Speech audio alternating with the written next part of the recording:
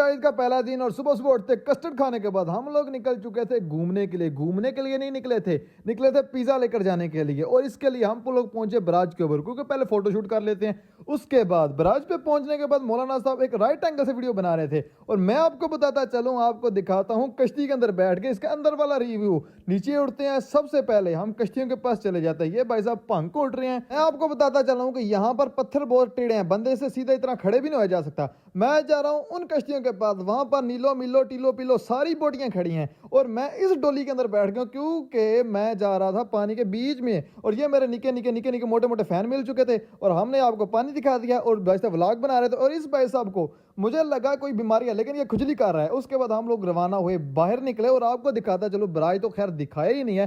सबसे पहले यहाँ पर पकोड़े समोसे सब कुछ देख लें और ये लुगम लुगी पब्बी जंगल सब भी देख लिया। अब बातें हैं बराज की तरफ। ये है जी बराज और ऊपर से पानी को रोका हुआ है इन्होंने और नीचे से पानी आ